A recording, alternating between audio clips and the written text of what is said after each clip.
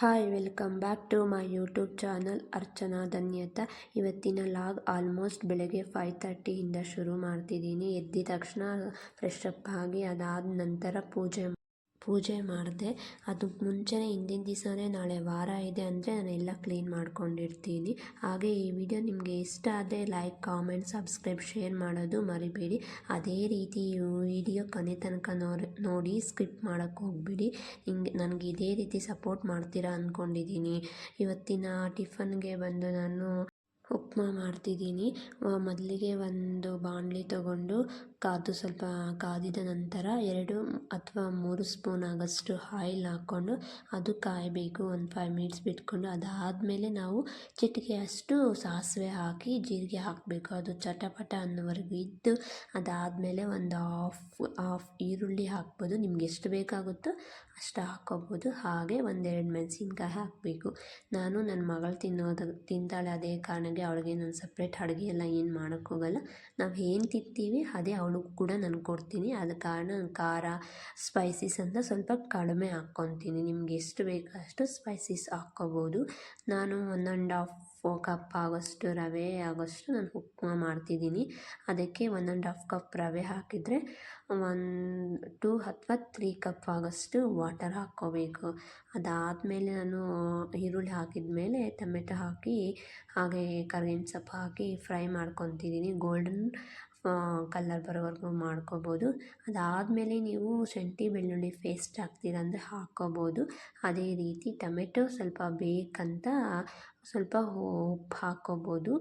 ಎಷ್ಟು ಬೇಕೋ ಅಷ್ಟು ಇವಾಗ ಕಡಿಮೆ ಹಾಕ್ಕೊಂಡು ಮತ್ತೆ ಆದರೂ ರವೆ ವಾಟರೆಲ್ಲ ಹಾಕ್ಕೊತೀವಲ್ವ, ಆ ಟೈಮಲ್ಲಿ ಸ್ವಲ್ಪ ಸಾಲ್ಟ್ ಹಾಕ್ಕೋಬೋದು.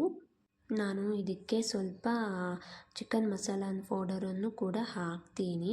ಹಾಗೆ ಇವತ್ತು ವಾರ ಆಗಿರೋದ್ರಿಂದ ನಾನು ವಾರ 2 ದಿವಸನೂ ಪೂಜೆ ಮಾಡ್ತೀನಿ. ಸೋಮವಾರ ಮತ್ತು ಶುಕ್ರವಾರ. ಏನೋ ಒಂಥರ ಮನಸ್ಸಿಗೆ ನೆಮ್ಮದಿ, ಹಾಗೆ ಮನೆಯಲ್ಲೆಲ್ಲ ಪಾಸಿಟಿವ್ ವೈಬ್ ಇರುತ್ತೆ. ಅದೇ ಕಾರಣಕ್ಕೆ ನಾನು ವಾರಕ್ಕೆ 2 ಡೇಸ್ ಮಿಸ್ ಮಾಡೋದೇ ಇಲ್ಲ ಪೂಜೆ ಮಾಡೋದು. ಹಿಂದಿನ ದಿನವೇ ಕ್ಲೀನ್ ಮಾಡ್ಕೊಂಬಿಡ್ತೀನಿ. ಇಲ್ಲಾಂದರೆ ಅವತ್ತೇ ಕ್ಲೀನ್ ಮಾಡಿ ಎಲ್ಲ ಮಾಡ್ಕೋಬೇಕಂದ್ರೆ ಆಗಲ್ಲ ಪಾಪು ಇರೋದ್ರಿಂದ. ಹಾಗೆ ರಾತ್ರಿ ನಿನ್ನೆ ವ್ಯಾಕ್ಸಿನ್ ಹಾಕೋದ್ರಿಂದ ರಾತ್ರಿ ಎಲ್ಲ ಅವಳಿಗೆ ಫೀವರ್ ಬಂತು. ಅದರಿಂದ ಅವಳು ಸರಿಯಾಗಿ ನಿದ್ದೆ ಮಾಡಲಿಲ್ಲ. ಅದಕ್ಕೆ ಇವತ್ತು ಇನ್ನೂ ನಿದ್ದೆ ಮಾಡ್ತಿದ್ದಾಳೆ. ನಾನು ಏನು ಹೆಬ್ರಿಸೋಕ್ಕೇನು ಹೋಗಲಿಲ್ಲ.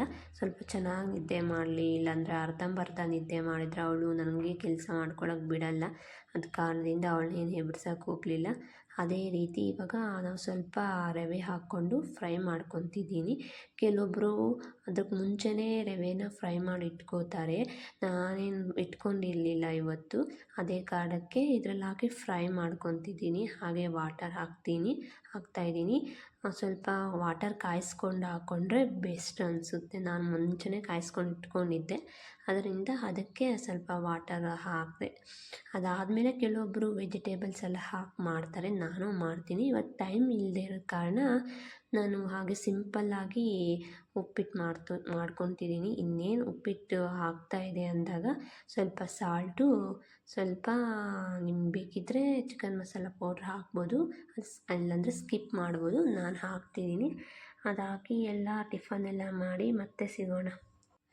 ಮಧ್ಯಾಹ್ನ ಲಂಚ್ಗೆ ಅಂದ್ಬಿಟ್ಟು ನಾನು ಪಾಲಕ್ ಪಪ್ಪು ಸಾಂಬಾರು ಮಾಡ್ತಿದ್ದೀನಿ. ಅದು ಯಾವ ರೀತಿ ಮಾಡಬೇಕು ಅಂದರೆ ಮುಂಚೆನೇ ಒಂದರಕ್ಕೆ ತೊಗರಿಬೇಳೆ ಅಥವಾ ಮಾಮೂಲಿ ಬೇಳೆ ಹಾಕಿ, ಒಂದು ಟೊಮೆಟೊ, ಒಂದು ಆಲೂಗಡ್ಡೆ ಹಾಕಿ ಬೇಯಿಸಿಟ್ಕೋಬೇಕು. 3-4 ವಿಸಿಲ್ ಬರೋವರೆಗೂ ಬೇಯಿಸ್ಕೋಬೇಕು. ಸ್ವಲ್ಪ ಚೆನ್ನಾಗಿ ನುಣ್ಣಗಾದರೆ ಚೆನ್ನಾಗಿರುತ್ತೆ ಸಾಂಬಾರು.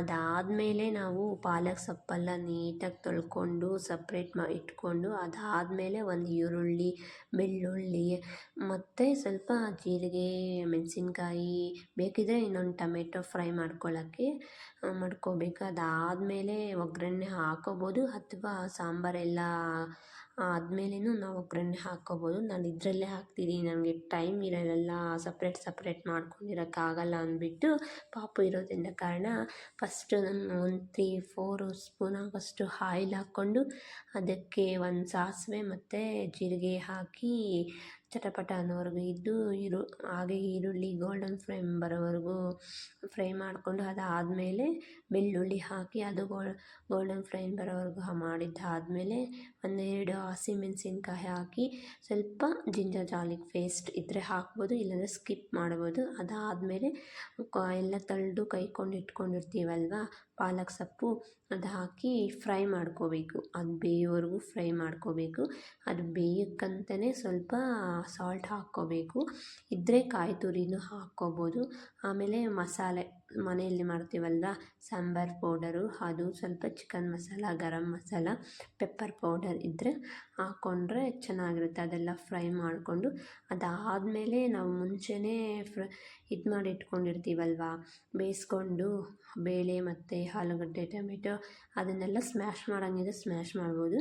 ಇಲ್ಲಾಂದರೆ ಅದಕ್ಕೆ ಹಾಕಿ ಅದು ಕಾಯಿ ಇಟ್ಟರೆ ಅದು ರೆಡಿ ಆಗುತ್ತೆ. ಸ್ವಲ್ಪ ಕಾದಿದ್ದಾದ ಲಾಸ್ಟಲ್ಲಿ ಸಾಂಬಾರು ಸೊಪ್ಪು ಹಾಕಿದರೆ ಮುಗಿಯುತ್ತೆ. ಇದಕ್ಕೆ ಮುದ್ದೆನೂ ಇದ್ದರೂ ಚೆನ್ನಾಗಿರುತ್ತೆ, ಅನ್ನನೂ ಇದ್ದರೂ ಚೆನ್ನಾಗಿರುತ್ತೆ. ನಾನು ಮುದ್ದೆ ಮಾಡಿದ್ದೆ, ರಾತ್ರಿಗೂ ಅದೇ ಇರುತ್ತೆ. ಅನ್ನ ಮಾಡಿಕೊಂಡ್ರೆ ರಾತ್ರಿಗೂ ನಡೆಯುತ್ತೆ. ಹಾಗೆ ಇವತ್ತು ನನ್ನ ಮಗಳನ್ನ ಔಟ್ಸೈಡ್ ಏನು ಕರ್ಕೊಂಡು ಹೋಗಲಿಲ್ಲ, ಫೀವರ್ ಇರೋದ್ರಿಂದ ಸ್ವಲ್ಪ ಕಾಲು ನೋವುತ್ತೆ ಅಂದ್ಬಿಟ್ಟು ಮನೆಯಲ್ಲೇ ಕುಡಿಸಿ ಆಟ ಆಡಿಸಿದ್ದೀನಿ. ಈ ವಿಡಿಯೋ ನಿಮಗೆ ಎಲ್ಲರಿಗೂ ಇಷ್ಟ ಆಗಿದೆ ಅಂದ್ಕೊತಾ ಇದ್ದೀನಿ. ಇಷ್ಟ ಆದರೆ ಲೈಕ್, ಕಾಮೆಂಟ್, ಸಬ್ಸ್ಕ್ರೈಬ್ ಮಾಡೋದನ್ನು ಮರಿಬೇಡಿ. ಹಾಗೆ ಸ್ಕಿಪ್ ಮಾಡದೆ ಫುಲ್ ನೋಡಿ. ಇದೇ ರೀತಿ ನನಗೆ ಸಪೋರ್ಟ್ ಮಾಡಿ. ಈ ವಿಡಿಯೋ ಇವತ್ತು ಇಲ್ಲಿಗೆ ನಿಲ್ಲಿಸ್ತಿದ್ದೀನಿ. ನೆಕ್ಸ್ಟ್ ವಿಡಿಯೋದಲ್ಲಿ ಸಿಗೋಣ. ಬಾಯ್ ಬಾಯ್.